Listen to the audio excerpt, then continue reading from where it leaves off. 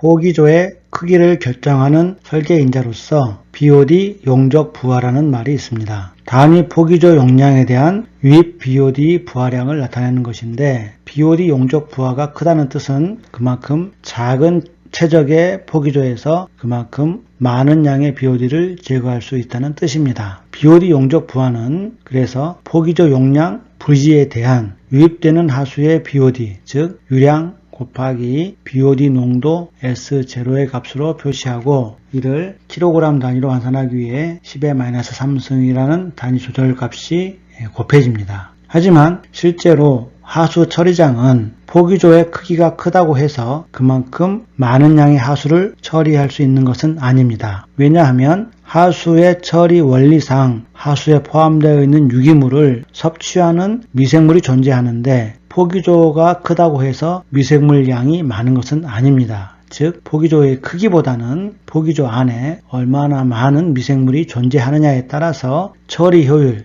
즉 BOD 제거 효율이 달라지기 때문입니다. 집이 큰 것이 중요한 게 아니고 집 안에 얼마나 많은 일꾼이 사느냐가 더 중요한 것이기 때문입니다. 그래서 BOD 용적 부하라는 설계인자보다는 FMB가 더 많이 쓰입니다. FMB는 Food to Microorganism의 비율을 말합니다. 즉 푸드는 하수의 유기물을 의미하고 마이크로오가니즘은 미생물의 양을 의미합니다. 즉 미생물 양에 대한 유입 유기물 양의 비율을 말합니다. 단위는 kg ml 또는 ml vss 분의 kg BOD per day, 즉 하루에 1kg의 미생물이 몇 kg의 BOD를 분해할 수 있는가 하는 값을 FMB라고 합니다. 공식으로는 FMB는 미생물량, 즉 V 곱하기 X, 포기조의 미생물량입니다. 분의 유입되는 하수의 BOD, 즉 Q 곱하기 S0의 값으로 계산할 수 있습니다. 우리 교재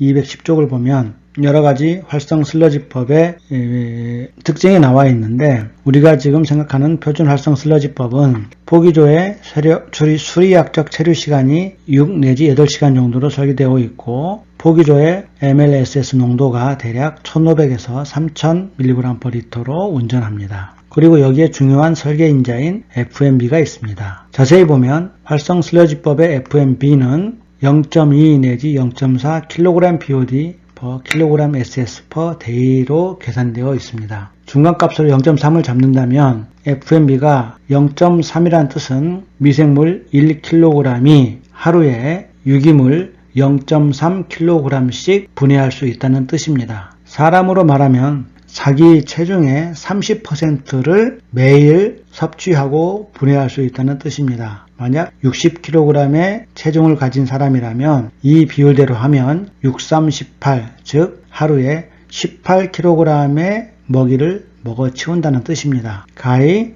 엄청난 식욕이라고 할 수 있습니다. 사실 사람과 같은 고등생물은 이렇게 자기 체중에 비해서 이렇게 많은 양의 음식을 분해할 수 없습니다. 하지만 미생물은 매우 구조가 단순하고 또 먹이대사가 빠르기 때문에 이와 같이 하루에 자기 체중의 30%에 가까운 양을 매일 분해할 수 있을 정도로 매우 대사가 빠릅니다. 하수 처리의 메인 공정으로 생물학적 처리를 하는 이유가 바로 여기에 있습니다. 미생물을 사용하면 그만큼 미생물이 빠르게 하수를 분해할 수 있기 때문입니다. 활성 슬러지법의 일부로서 장기 포기법이라고 있는데, 이는 미생물을 매우 느리게 성장시키는 방법입니다. 그래서 매우 느리게 운전하면서 또 체류 시간을 매우 길게 하는 방법인데, 이런 경우라 하더라도 0.03 내지 0.05, 즉 미생물이 매우 자기 체중의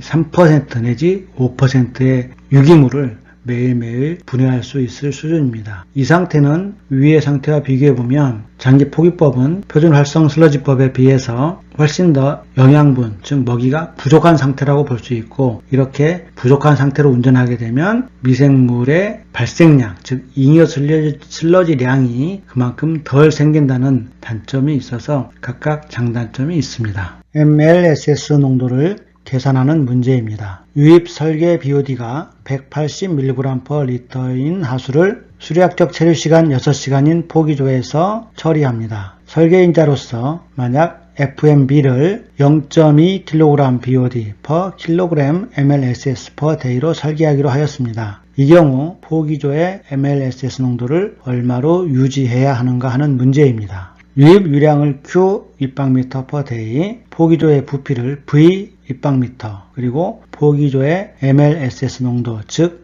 미생물의 농도를 X mg per L라고 가정하겠습니다. 그러면 유입되는 푸드, 즉 BOD 부하량은 농도 곱하기 유량하여 180 곱하기 유량 Q가 되는데 단위를 kg per day로 환산하기 위해서 1000으로 나누게 됩니다. 즉 F는 푸드는 180 Q 곱하기 10-3승이 됩니다. 두 번째, 포기조의 최적 V는 유량 곱하기 HRT입니다. 유량은 주어지지 않아서 Q로 가정하였고 HRT는 6시간으로 주어졌기 때문에 24분의 6을 곱하게 되면 V는 0.25Q 입방미터가 됩니다. 따라서 미생물량 M은 V 곱하기 X 하여 0.25Q 곱하기 X 곱하기 마찬가지로 킬로그램으로 환산하기 위해 10-3승이 됩니다. F와 M을 FMB에 대입하면 FMB는 180Q 나누기 0.25QX가 됩니다. Q는 자연스럽게 약분이 되고 설계 FMB를 0.2로 하였으므로 대입하면 0.2는